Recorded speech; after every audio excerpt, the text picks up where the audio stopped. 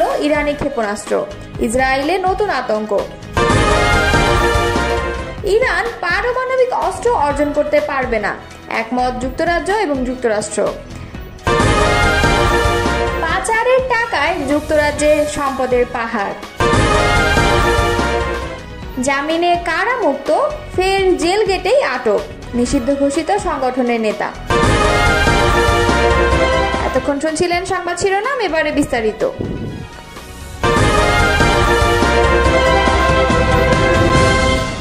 ইসরায়েলের দক্ষিণাঞ্চলীয় শহর বিয়েরশেবায় ইরানের ক্ষেপণাস্ত্র সরাসরি আঘাত হেনেছে। এই ঘটনায় বেশ কয়েকজন আহত হয়েছেন। এদিকে সরাসরি ক্ষেপণাস্ত্র আঘাত হানায় স্থানীয় নাগরিকদের মধ্যে আতঙ্ক ও উদ্বেগ দেখা দিয়েছে।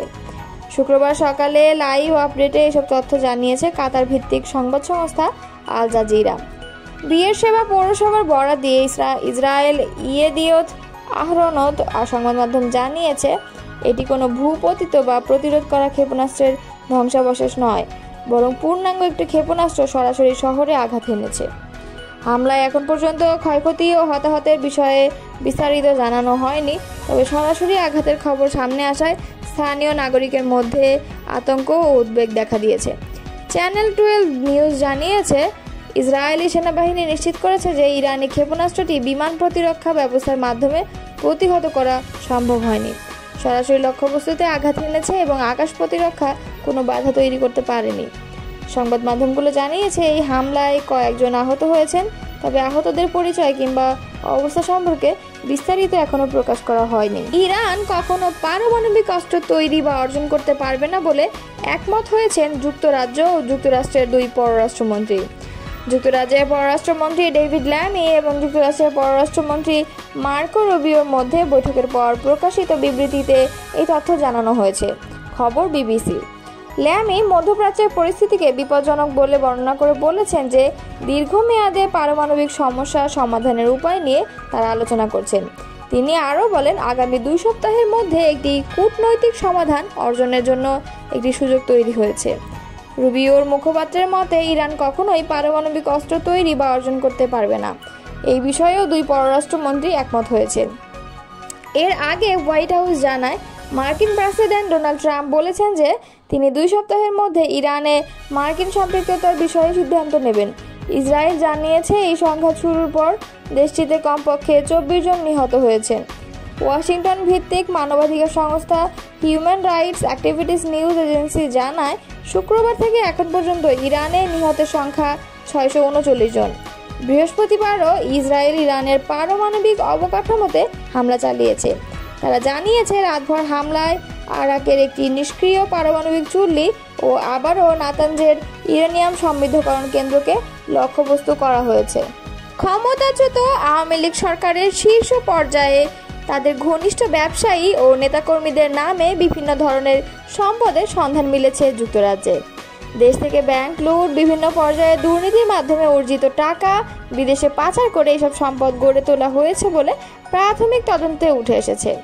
এর মধ্যে এখন পর্যন্ত সাবেক প্রধানমন্ত্রী শেখ হাসিনার বোন শেখ রেহানার বাড়ি, শেখ রেহানার মেয়ে ও যুক্তরাজ্যের সাবেক মন্ত্রী টিউলিপ সিদ্দিকের লন্ডনে একটি বিলাসবহুল ফ্ল্যাট শনাক্ত হয়েছে।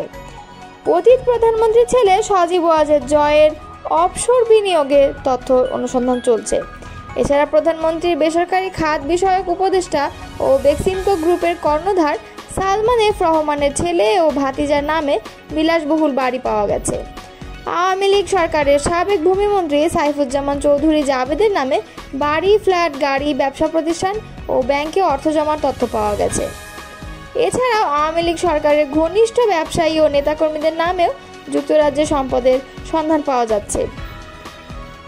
আওয়ামী লীগ সরকারের সময় আলোচিত বড় ধরনের দুর্নীতির ঘটনাগুলো সরকারের একাধিক সংস্থা তদন্ত চালাচ্ছে।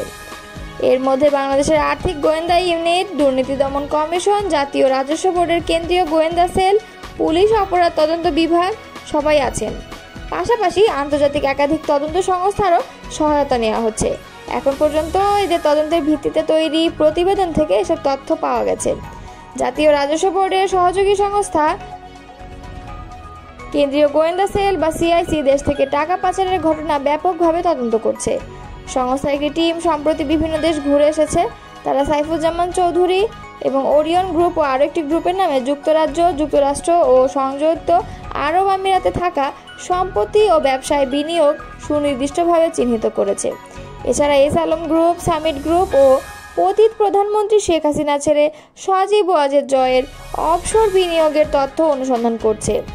আলোচ্য গ্রুপের সম্পদের বেশ কিছু আলোকচিত্র তারা নিয়ে এসেছে। এখন পর্যন্ত বাংলাদেশের দেওয়া তথ্যের ভিত্তিতে ৩ জনের সম্পদ জব্দ করা হয়েছে। এর মধ্যে সাবেক ভূমিমন্ত্রী রয়েছেন এবং তার ৩৩৬টি বাড়ি বা ফ্ল্যাট এবং ব্যাংক হিসাবে ৩৫ কোটি টাকা অর্থ জমা রয়েছে। এগুলোর কেনা দাম কম হলেও বর্তমান বাজার মূল্য ১,০২৫ কোটি টাকা। সালমান এফ রহমানের ছেলে শায়ান এফ রহমান ও তার ভাতিজা শাহরিয়ার রহমানের 2টি বিলাসবহুল বাড়ি জব্দ করা হয়েছে। এই দুটির মূল্য প্রায় ৭৭ লাখ পাউন্ড বা বাংলাদেশি মুদ্রায় ১,৩০০ কোটি টাকার বেশি। আরও একটি ব্যবসায়ী গ্রুপের 2 জনের নামে যুক্তরাজ্যের সম্পদের তথ্য পাওয়া গেছে। সেগুলো জব্দ করার জন্য অনুরোধ জানিয়ে যুক্তরাজ্যের ন্যাশনাল ক্রাইম এজেন্সি বা এনসি এর কাছে চিঠি পাঠানো হয়েছে। এছাড়া সাইফুজ্জামান চৌধুরীর ভাই রনি চৌধুরীর নামেও যুক্তরাজ্যে বিভিন্ন ব্যবসার তথ্য পাওয়া গেছে। সেগুলো জব্দের জন্য চিঠি পাঠানো হয়েছে। প্রতিবেদন থেকে দেখা যায় শেখ হাসিনার পরিবারের আর কারো নামে বা বেনামে দেশটিতে কোনো সম্পদ আছে কিনা সে বিষয়ে তদন্ত হচ্ছে। তদন্ত কাজে তারা দেশটির ন্যাশনাল ক্রাইম এজেন্সি ও ইন্টারন্যাশনাল অ্যান্টি করাপশন কোঅর্ডিনেশন সেন্টারের সহায়তা নিচ্ছে। ন্যাশনাল ক্রাইম এজেন্সি হচ্ছে যুক্তরাজ্যের কেন্দ্রীয় গোয়েন্দা সংস্থা। তারা যে কোনো বিষয়ে তদন্ত করতে পারে, বিশেষ করে মানি লন্ডারিংয়ের ঘটনাগুলো অত্যন্ত গুরুত্বের সঙ্গে তদন্ত করে। আইসিসি হচ্ছে যুক্তরাজ্য সরকারের অর্থায়নে পরিচালিত একটি আন্তর্জাতিক দুর্নীতি বিরোধী বেসরকারি সংস্থা। এর সঙ্গে অস্ট্রেলিয়া, নিউজিল্যান্ড, কানাডা, সিঙ্গাপুর, মার্কিন যুক্তরাষ্ট্রের FBI, যুক্তরাষ্ট্রের অভ্যন্তরীণ নিরাপত্তা সংস্থা সংযুক্ত। তারা একে অপরের পরিপূরক হিসেবে তদন্ত করে। কোনো ঘটনা তদন্তের প্রয়োজন হলে ওইসব দেশের সংশ্লিষ্ট সংস্থাগুলো একযোগে কাজ করে। বাংলাদেশ বিগত সরকারের 11টি ঘটনার যে তদন্ত হচ্ছে সেগুলোতে সহায়তা করছে ওই 2টি সংস্থা সহ আরও কয়েকটি আন্তর্জাতিক সংস্থা, যে কারণে দুর্নীতির মাধ্যমে পাচারের অর্থে বিদেশে গড়া সম্পদের তথ্য বের হয়ে আসছে। জামিনে কারামুক্ত হয়ে ফের জেল গেট থেকে আটক হয়েছে নিষিদ্ধ ঘোষিত সংগঠন ময়মনসিংহ মহানগর ছাত্রলীগের সভাপতি নওশের আহমেদ অনি। রাষ্ট্রবিরোধী এবং আইন শৃঙ্খলা পরিপন্থী কর্মকাণ্ড ঠেকাতে তাকে আটক করা হয় বলে জানিয়েছে পুলিশ। বৃহস্পতিবার রাত 8:30টার দিকে ময়মনসিংহ কারাগারের সামনে থেকে এই ছাত্রলীগ নেতাকে আটক করা হয়। তার বিরুদ্ধে ডিসি বাংলো ভাঙচুর, শহীদ সাগর হত্যা মামলা, বিএনপি অফিস এবং দলটির নির্বাহী কমিটির সহ সাংগঠনিক সম্পাদক আবু ওয়াহাব আকন্দ ওয়াহিদের বাসা ভাঙচুরের মামলা রয়েছে। এর মধ্যে 3টি মামলায় নিম্ন আদালত এবং সর্বশেষ গত 25 মে উচ্চ আদালত থেকে অপর মামলায় জামিন লাভ করে। অনির বড় ভাই নওশের আহমেদ অমি বলেন, সব মামলায় জামিন লাভের পর কারা ফটক থেকে অনিকে আটক করেছে পুলিশ। বর্তমানে তাকে কোতোয়ালি মডেল থানা হেফাজতে রাখা হয়েছে। কোতোয়ালি মডেল থানার ভারপ্রাপ্ত কর্মকর্তা মোহাম্মদ ফিরোজ হোসেন বলেন, রাষ্ট্রবিরোধী এবং আইন শৃঙ্খলা পরিপন্থী কর্মকাণ্ড ঠেকাতে নিষিদ্ধ ঘোষিত ছাত্রলীগ নেতাকে আটক করা হয়েছে। এ নিয়ে আইনগত ব্যবস্থা প্রক্রিয়াধীন। এর আগে গত বছরের 29 সেপ্টেম্বর পলাতক থাকা অবস্থায় ঢাকার মোহাম্মদপুর এলাকার একটি বাসা থেকে ছাত্রলীগ নেতা অনিকে গ্রেফতার করে র্যাব সদস্যরা।